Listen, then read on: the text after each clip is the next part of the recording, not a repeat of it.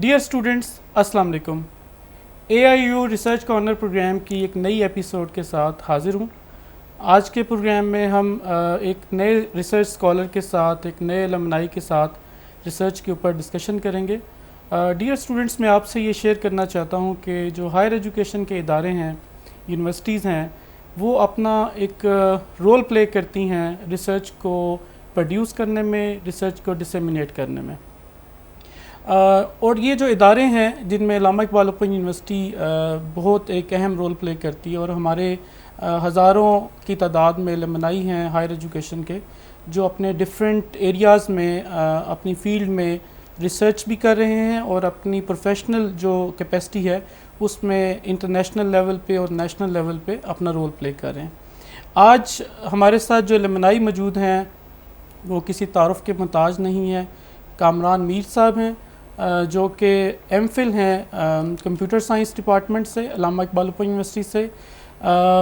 इन्होंने already BCS भी अल्लामा Iqbal open university से किया, MS GIS नस्ट से किया, और इस वक्त PhD स्कॉलर हैं GIS नस्ट से। और जो AOU ओपन यूनिवर्सिटीज़ का एक फोरम है उसमें यंग इनोवेटर इन्होंने गोल्ड मेडल अवार्ड हासिल किया 2018 में, फिर सिल्वर अवार्ड्स हासिल किए 2019 और 21 में। और एजुकेशन टेक्नोलॉजी के हवाले से काफ़ी रिसर्च पेपर्स इन्होंने इंटरनेशनल रिप्यूट के जर्नल्स में भी पब्लिश करवाए हैं। कामरान साहब, मैं आपको प्रोग्राम में वेलकम करता हूँ। Thank you very much. Kamran साहब, स्टूडेंट्स को बताइएगा कि आपका MPhil का रिसर्च का जो है वो कॉन्सेप्ट क्या था जो आपने रिसर्च किया। बिस्मिल्लाहिर्रहमानिर्रहीम। फ़र्स्ट ऑफ़ ऑल डॉक्टर साहब, थैंक यू वेरी मच, आपने मौका दिया कि अपनी रिसर्च जो है वो एक स्टूडेंट्स के सामने पेश की जाए। और आई थिंक इस किस्म के प्रोग्राम बहुत ही मुफीद हैं कि स्टूडेंट्स जो हैं वो अपनी रिसर्च इंस्टेड के सिर्फ पब्लिश करके वो अलमारियों में रखें, तो वो पब्लिकली जो है वो शेयर करें अपने व्यूज़, ताकि जो नए स्टूडेंट्स हैं उनको एक मोटिवेशन हो, ताकि उनको डायरेक्शन मिले कि किस किस्म की रिसर्च हो रही है मुख्तलिफ एरियाज़ के अंदर, और उनको एक गाइडेंस मिल सके। तो टॉपिक जिस तरह के आपने पूछा कि जो टॉपिक मेरा MPhil कंप्यूटर साइंस यानी कि MS कंप्यूटर साइंस से में जो था, it was formative mobile assessment in distance learning. सही। जिस तरह आपको मालूम है नॉर्मली कंप्यूटर साइंस के स्टूडेंट्स की एप्लीकेशन मुख्तलिफ फील्ड्स के अंदर होती हैं। चूँकि मेरा पिछले 10 साल से ज़्यादा जो है वो ताल्लुक़ है अल्लामा इकबाल ओपन यूनिवर्सिटी से, जिस तरह आपने ख़ुद बताया कि मैं 2003 से पहले बैचलर्स लेवल का स्टूडेंट रहा हूँ, फिर मास्टर्स का भी रहा हूँ, फिर अब एज एम्प्लॉय भी यहीं पर काम कर रहा हूँ। तो मेरा जो एरिया ऑफ एप्लीकेशन है वो डिस्टेंस एजुकेशन है। तो मैंने जो है वो फिर अपना जो मास्टर्स का थीसिस है वो टेक्नोलॉजी ओरिएंटेड ही रखा, लेकिन टेक्नोलॉजी को हम किस तरह फॉर्मेटिव मोबाइल असेसमेंट को इस्तेमाल करते हुए किस तरह हम क्वालिटी ऑफ एजुकेशन को इम्प्रूव कर सकते हैं, तो इस एरिया के ऊपर मेरा फोकस था। अच्छा, ये आपने बड़ा अच्छा और इनोवेटिव टॉपिक लिया मोबाइल असेसमेंट के हवाले से, और स्पेशली डिस्टेंस लर्निंग के ऊपर। उस वक्त मोटिवेशन क्या थी? क्या आपने नीड फील की कि इस मोबाइल असेसमेंट पे काम होना चाहिए डिस्टेंस लर्निंग के अंदर स्पेशली? जी, सबसे बड़ा इशू ये था कि एक तो डिस्टेंस लर्निंग के अंदर आपको मालूम है कि हमारा स्केल बहुत बड़ा होता है। इसके अंदर जो आपकी स्टूडेंट की जो बैकग्राउंड होता है वो बड़ा डाइवर्स होता है। ठीक है। एक्सेसिबिलिटी के हवाले से टेक्नोलॉजी तो काफ़ी एग्जिस्ट कर ही होती है, लेकिन हमारे पास स्टूडेंट के पास जो है वो उस तरह का इंफ्रास्ट्रक्चर मौजूद नहीं होता, एक्सेसिबिलिटी नहीं होती। अब चूँकि ये रिसर्च मेरी 2013 की है, मतलब 10 साल भी होने वाले हैं इसको, तो उस टाइम भी जो ग्राउंड रियलिटीज़ थी वो ये थी कि हमारे यहाँ स्टूडेंट्स के पास इंटरनेट एक्सेस कह लें या टेक्नोलॉजी का एक्सेस उस तरह मौजूद नहीं था। सही है। तो मोटिवेशन मेरी ये थी कि हम किस तरह एग्जिस्टिंग टेक्नोलॉजीज़ को यूज़ करते हुए अपने स्टूडेंट्स को जो इससे फ़ायदा दें। तो उसमें जो सबसे ज़्यादा हाईलाइटिंग जो एरिया था वो था SMS का। सही। क्योंकि हमारे यहाँ इन 2013 जो स्टूडेंट्स के पास जो इंटरनेट एक्सेस थी वो कदरे कम थी, लेकिन जो मोबाइल का एक्सेस था यानी कि SMS का, नॉर्मल SMS टेक्नोलॉजी का एक्सेस था, वो काफ़ी हद तक जो है वो एक्सेस था उनके पास। तो उसी टेक्नोलॉजी को मैंने एक्सप्लोर किया कि हम उसको किस तरह असेसमेंट के अंदर यूज़ कर सकते हैं। तो उस प्रॉब्लम को आइडेंटिफाई करके मैंने जो है वो एक सॉफ्टवेयर एप्लीकेशन डेवलप की जो कि इस काबिल थी कि वो SMS टेक्नोलॉजी के साथ इंटरेक्ट कर सके और हम उसके साथ क्विज़ ले सकें, और स्टूडेंट्स जो है वो यूजिंग एग्जिस्टिंग टेक्नोलॉजी, मतलब without acquiring any new thing, मतलब उसको इंटरनेट लेने की जरूरत नहीं है, ऑलरेडी जो मोबाइल यूज़ कर रहा है SMS से वो किसी भी एग्ज़ाम को जो है वो अटेम्प्ट कर सके। सही। अच्छा, ये जो आइडिया है, इसको जब आप एक्सप्लोर कर रहे थे तो आपने क्या गैप्स आइडेंटिफाई किए लिटरेचर से, या ऑब्जेक्टिव्स आपने क्या ड्राइव किए? लिटरेचर से हमें एक तो जो इंटरनेशनल लिटरेचर जब पढ़ते हैं तो हमें नज़र आता है कि जो डेवलप्ड कंट्रीज़ हैं वहाँ पर तो इसका काफ़ी अरसे से इस्तेमाल हो रहा था कि मोबाइल असेसमेंट या मोबाइल लर्निंग की टर्मिनोलॉजीज़ बोली जाती हैं कि मोबाइल के थ्रू किस तरह पढ़ाया जा सकता है, मोबाइल के थ्रू असेसमेंट किस तरह ली जा सकती है। लेकिन लिटरेचर से मुझे ये अंदाज़ा हुआ कि पाकिस्तान के अंदर जो है वो हम उसको इम्प्लीमेंट उस तरह नहीं कर पा रहे। सही है। तो वो एरिया एक मिसिंग था कि हमारा जो वो PTA के स्टैटिस्टिक्स के मुताबिक, जिस मैंने बताया कि हमारे पास जो स्टूडेंट्स हैं उनके पास मोबाइल का एक्सेस तो था लेकिन इंटरनेट का एक्सेस नहीं है। सही है। तो उस गैप आइडेंटिफिकेशन को मद्देनज़र रखते हुए मैंने एप्लीकेशन डेवलप की, मतलब कि उसकी सॉफ्टवेयर डेवलपमेंट की जो कि इस एरिया को जो है वो फोकस कर सके। मोबाइल के ऊपर असेसमेंट के लिए आपने कोई ऐप डेवलप की जी, और उस ऐप को फिर आपने इम्प्लीमेंट किया, स्टूडेंट्स को वो दी ऐप, उन्होंने वो कोई क्विज अटेम्प्ट किया जी बिल्कुल फाइनली। ओके, अच्छा ये बताइए कि आपने कौन सा रिसर्च प्रोसीजर क्या अडॉप्ट किया इसको अचीव करने के लिए, इन ऑब्जेक्टिव्स को? अच्छा, ये कुछ स्टैट्स हैं जिस पे मैं फोकस अभी पहले दिला रहा था आपको कि 2018 के मुताबिक भी आप देखें तो हमारे पास जो है वो 73% जो है वो टेली डेंसिटी है, यानी कि स्टूडेंट्स के पास या पॉपुलेशन के पास 73% मोबाइल एक्सेस है, जबकि इंटरनेट एक्सेस अगर आप देखते हैं 3G 4G वो 28% पेनिट्रेशन है। और अभी रिसेंट स्टैट्स ये मैंने एक्वायर किए हैं तो उसके मुताबिक देखें ये रैपिड चेंज आया है पिछले 5-10 सालों के अंदर, 28 से 53% के ऊपर जो है वो इंटरनेट एक्सेस चला गया। लेकिन 10 साल पहले जो है वो इंटरनेट एक्सेस कम था और मोबाइल का जो स्टैंडर्ड जो एक्सेस था। सही है।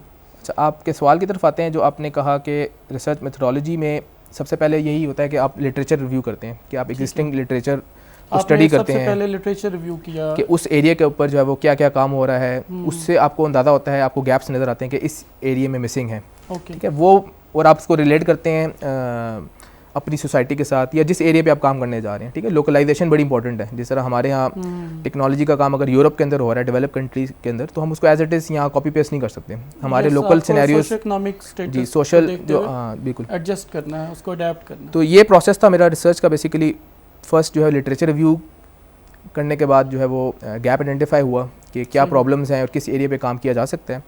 जिस तरह मैंने बताया कि ये एक एरिया गैप अवेलेबल था कि SMS को हम किस तरह फॉर्मेटिव असेसमेंट में इस्तेमाल कर सकते हैं। तो उसके लिए क्योंकि मेरा बैकग्राउंड जो डिग्री थी it was not social science degree, तो ये कंप्यूटर साइंस थी, तो इसमें ज़रा टेक्नोलॉजी वाला एस्पेक्ट ज़्यादा है।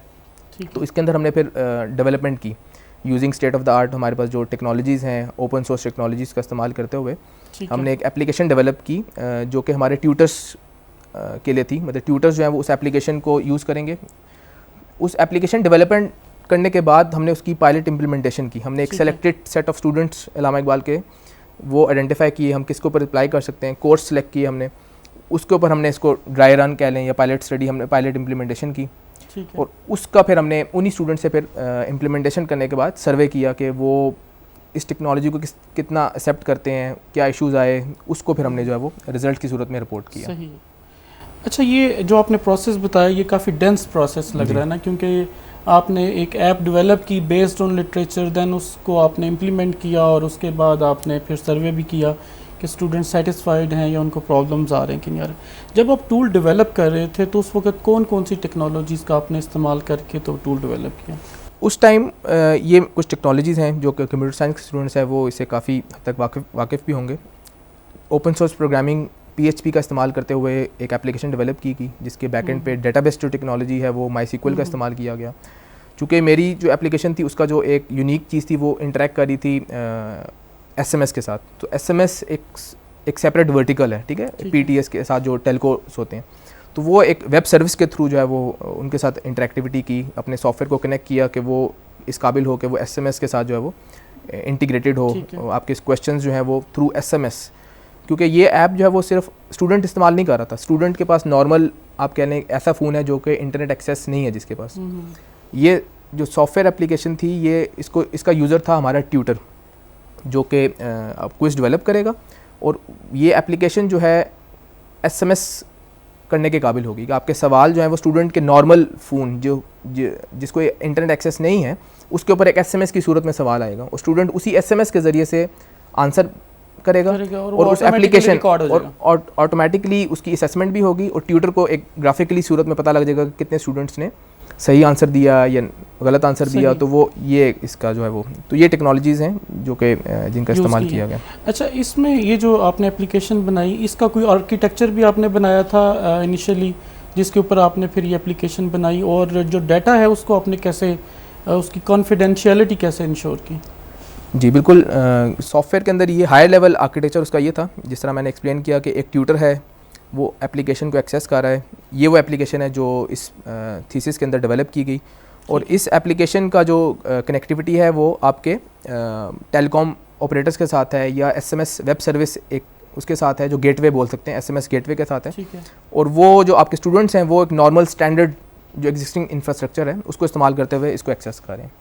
इसका 3 टियर अगर हम मॉडल देखें इसका, तो एक लेयर के ऊपर आपके डेटाबेस होते हैं, यानी कि डाटा स्टोरेज जो है वो डेटाबेस टेक्नोलॉजीज़ का इस्तेमाल किया जा रहा है जिसमें MySQL भी है, ठीक है, एसएमएस सर्वर है और ये इंटरेक्ट कर रहा है आपके मिडल लेयर के साथ। जो एप्लीकेशन है उसके अंदर मुख्तलिफ मॉड्यूल्स हैं, एक एसएमएस रिसीविंग करने का मॉड्यूल है, एसएमएस सेंड करने का मॉड्यूल है, फिर कोर्स डेवलपमेंट का मॉड्यूल है, क्विज़ बनाने का मॉड्यूल है। तो ये कुछ मॉड्यूल्स हैं जो कि सेंटर में आपको नज़र आ रहा है कि ये एप्लीकेशंस के मॉड्यूल हैं और इसको इंटरेक्ट कर रहा है हमारा टीचर भी स्टूडेंट भी थ्रू डिफरेंट डिवाइसेस।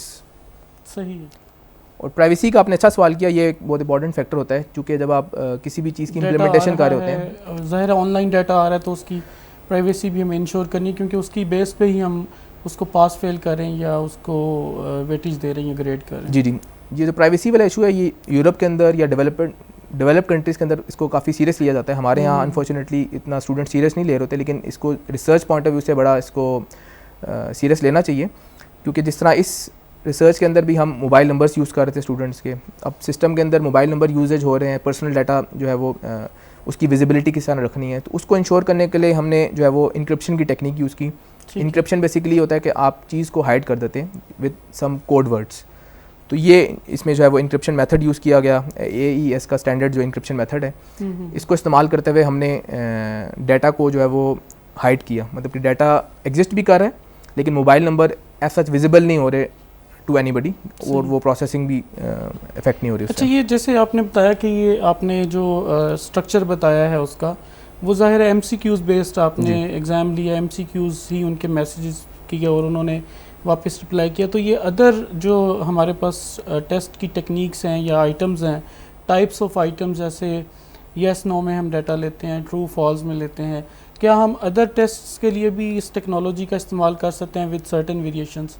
जी बिल्कुल कर सकते हैं। ये मेरी आप कह लें रिसर्च की लिमिटेशंस थी कि ज़ाहिर बात आप सब एवेन्यूज़ के ऊपर काम नहीं कर सकते। जो मेरी रिसर्च की डिलिमिटेशंस थी वो यही थी कि ये सिर्फ MCQs को फोकस कर रहा था, इसमें ट्रू फॉल्स और डिस्क्रिप्टिव सवाल जो है वो फ़िलहाल इसमें काउंटर नहीं किया गया। लेकिन ये फ्यूचर वर्क में स्टूडेंट्स के लिए अच्छी गाइडेंस हो सकती है कि इस एरिया के ऊपर एक एस्पेक्ट तो ये है कि वो ऐप्स के ऊपर काम कर सकते हैं क्योंकि अब स्टूडेंट्स के पास इंटरनेट एक्सेस मौजूद है, तो एंड्रॉयड ऐप्स बनाई जा सकती हैं जिसमें बाकी सवालात जिस तरह आपने कहा ट्रू फॉल्स और इवन डिस्क्रिप्टिव सवाल के ऊपर काम किया जा सकता है। सही। तो आपने सैंपल कैसे सिलेक्ट किया?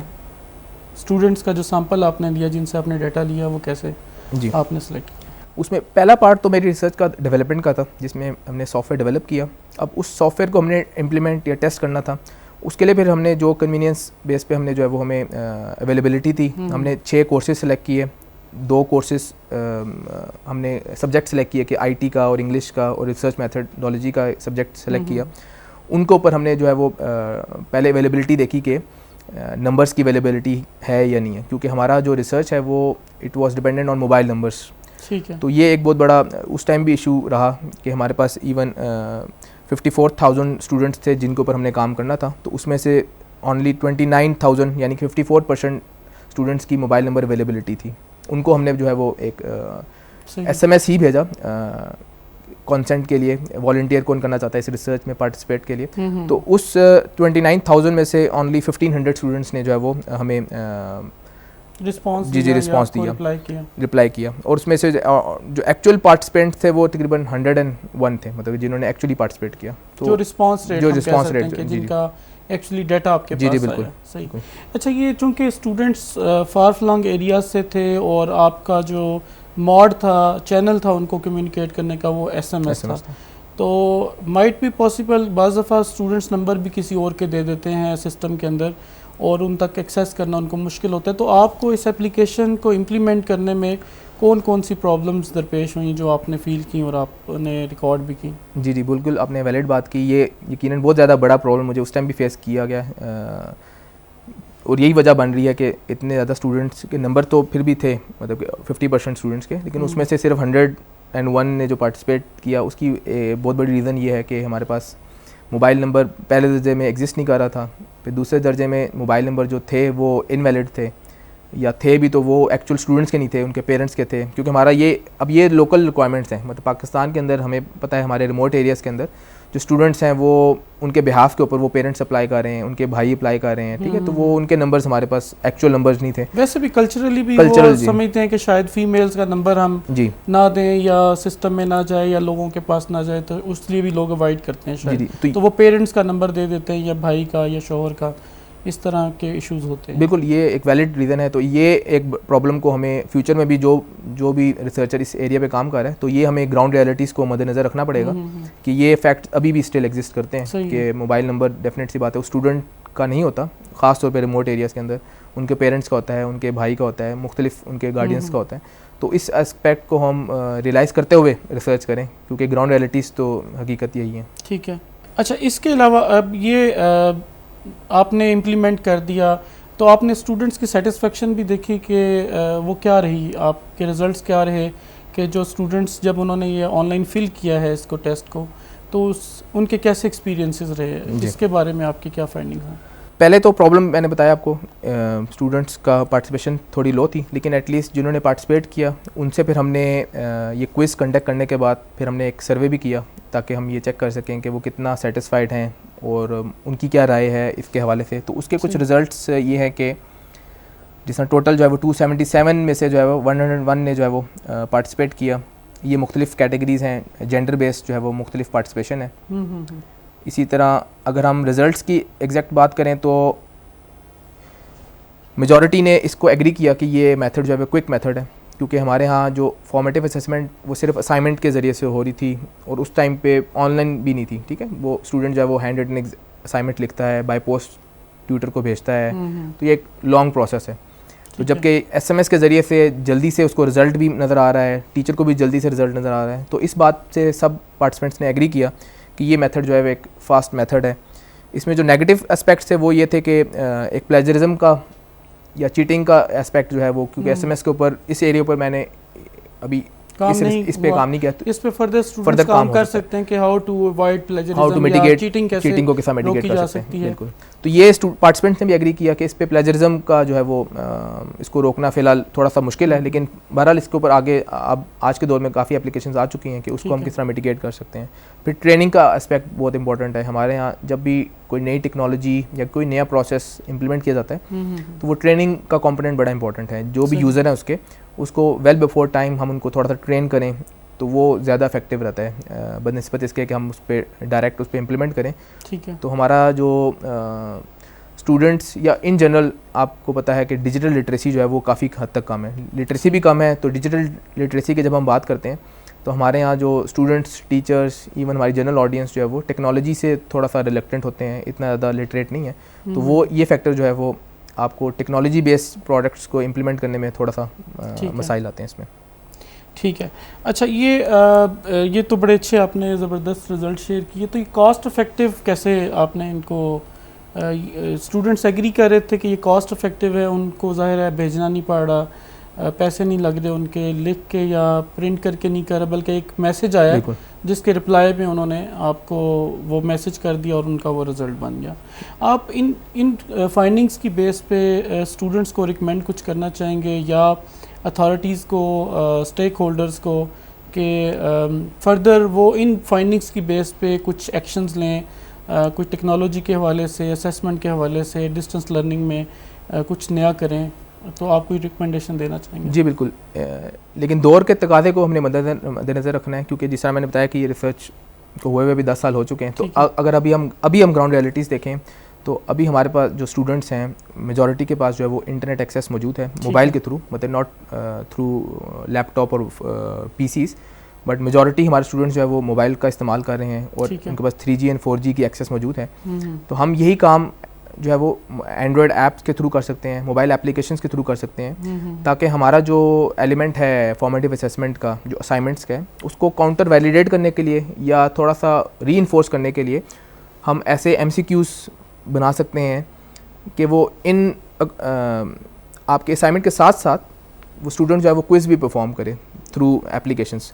उससे ये होगा कि एक तो स्टूडेंट्स को समझने में आसानी होगी, क्योंकि क्विज़ इटसेल्फ लर्निंग के तौर पर भी इस्तेमाल हो रहे होते हैं। तो स्टूडेंट जब क्विज़ अटेम्प्ट करेगा तो उसको की जो कॉन्सेप्ट्स हैं एक तो वो क्लियर हो जाएंगे, और बीइंग एन असेसमेंट। वैसे सॉरी मैंने आपकी बात को इंटरप्ट किया, अल्लामा इकबाल ओपन यूनिवर्सिटी जो है वो अपने जो वर्कशॉप के दौरान अब 6 डेज़ की जो ऑनलाइन वर्कशॉप होती है उसमें क्विज़ का फीचर ऐड कर चुकी हुई है, जिसमें स्टूडेंट्स ऑनलाइन एप्लीकेशन के ऊपर ही क्विज़ अटेम्प्ट करते हैं और उसके 20 मार्क्स भी उनके फाइनल ग्रेड्स में ऐड किए जा रहे हैं, जो कि वर्कशॉप में उनकी इंटरेस्ट और सब्जेक्ट की रीडिंग और इन डेप्थ रीडिंग को जो है ना वो इंश्योर किया गया। तो आई थिंक ये जो आप बात कर रहे हैं ये एक अल्लामा इकबाल ओपन यूनिवर्सिटी ने तो इस आइडिया को अभी से ही मेरे ख्याल कैटर कर लिया है, और वर्कशॉप के लिए एंड्रॉयड ऐप या जो इनके पास LMS है उसके ऊपर ये क्विज़ को जो है ना वो लॉन्च कर चुके हुए हैं।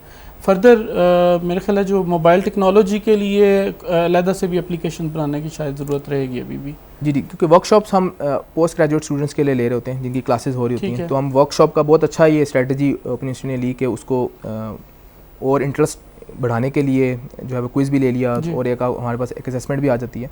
तो यही काम हमारे जो ODL स्टूडेंट्स हैं, यानी कि मैट्रिक, FA या BA के स्टूडेंट्स हैं, जो कि सिर्फ उनके लिए ऐप बनाई जा सकती है, जो सिर्फ फॉर्मेटिव असेसमेंट में सिर्फ एक असाइनमेंट जमा करा रहे होते हैं। तो in addition to assignments I would recommend कि एक हम क्विज़ उनसे भी लें, और वो क्विज़ में भी हम ऑनलाइन ना लें, मतलब कि ऑनलाइन के बजाय हम ऐप्स के थ्रू लें, ठीक है, ताकि वो जो ऑडियंस है इजी उनके लिए, यूज़र इंटरफेस इजी हो और वो आसानी के साथ जो उसको यूज़ कर। जी बिल्कुल, वो क्विज़ दें ताकि वो जो असेसमेंट हो रही है उसकी असाइनमेंट्स की सूरत में, तो वो एक काउंटर वैलिडेट भी हो जाए, और जो असाइनमेंट्स वो परफॉर्म कर रहे हैं उसके की कॉन्सेप्ट्स उनको समझ भी आ जाएं, और वो एक असेसमेंट के रिजल्ट जो है वो क्विकली जो है वो इंस्टीट्यूट को भी विजिबल हो जाएंगे। सही, तमाम। अच्छा कामरान साहब, आपने ज़ाहिर है इतना 2003 से आप बता रहे हैं कि आप स्टूडेंट भी हैं और फिर आप यहाँ पे एम्प्लॉय भी हैं, तो आप स्टूडेंट्स को जो कंप्यूटर साइंस की फील्ड में आना चाहते हैं उनके लिए कोई मैसेज देना चाहें? कंप्यूटर साइंस देखें काफ़ी जेनेरिक फील्ड है, इसकी एप्लीकेशंस मुख्तलिफ डोमेन्स के अंदर हैं। तो मैं मशवरा देना चाहूँगा ऐसे स्टूडेंट्स को जो एजुकेशन टेक्नोलॉजी की तरफ आना चाहते हैं, क्योंकि एजुकेशन स्पेशली आफ्टर कोविड एक बहुत बड़ा एरिया बन गया जिसके ऊपर वर्किंग हो रही है।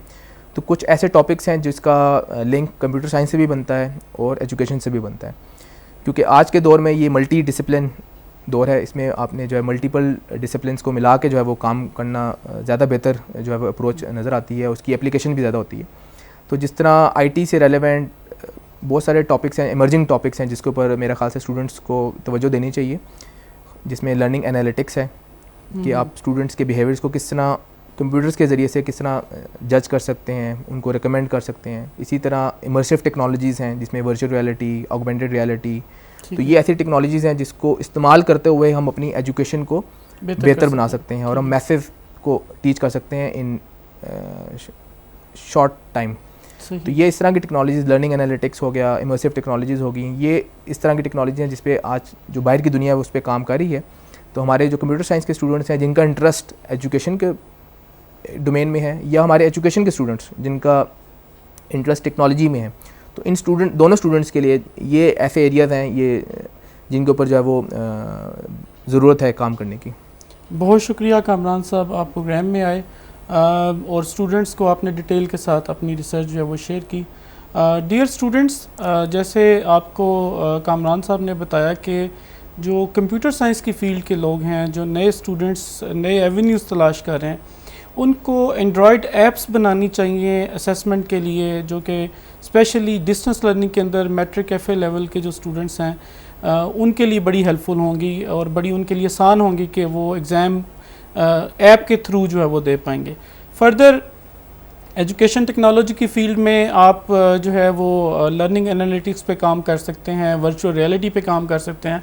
और अल्लामा इकबाल ओपन यूनिवर्सिटी का एक बहुत बड़ा प्लेटफार्म है। हमारे पास जदीद जो है वो लैब्स मौजूद हैं और जो मॉडर्न लाइब्रेरी मौजूद है, और ऑनलाइन जो आपके पास आर्टिकल्स की एक्सेस मौजूद है, और क्वालिफाइड स्टाफ मौजूद है जो कि सारे PhDs हैं और हाईली क्वालिफाइड स्टाफ हैं।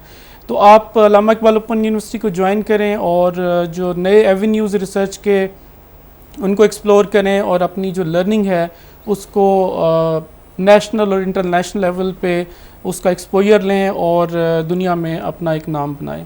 इसी बात के साथ मैं इजाज़त लूँगा। अल्लामा इकबाल ओपन यूनिवर्सिटी ज़िंदाबाद, पाकिस्तान पाइंदाबाद।